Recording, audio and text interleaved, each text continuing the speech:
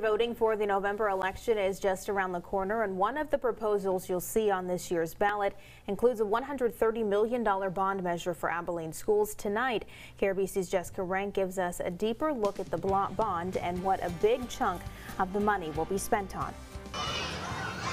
Students at Austin Elementary could be looking forward to some new classrooms. Abilene ISD is proposing a bond measure for the November election that would go to revitalize schools in the area. Create an environment for our kids that is safe, that's secure, that's empowering, challenging at the same time. Of the $138 million being asked for, about $70 million will go to rebuild Austin, Dias, and Taylor elementary schools, buildings that first made their mark on Abilene in the late 50s. Those facilities are not really designed for the same type of education that's delivered today.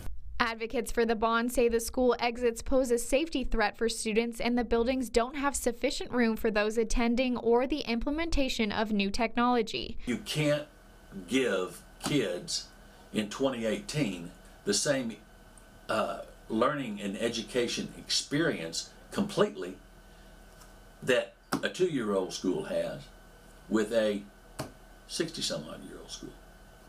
You know, be like trying to expect the same performance out of a 60-year-old car versus a current model.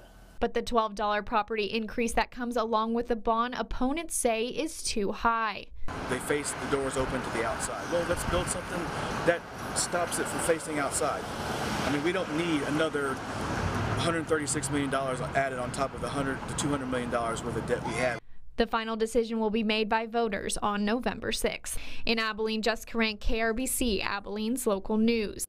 Jessica, thank you. If past school board members say the school will be completed by 2020, if you'd like to learn more about the bond, you can visit the school board website. There's also an informational meeting set for Monday at Cooper High School.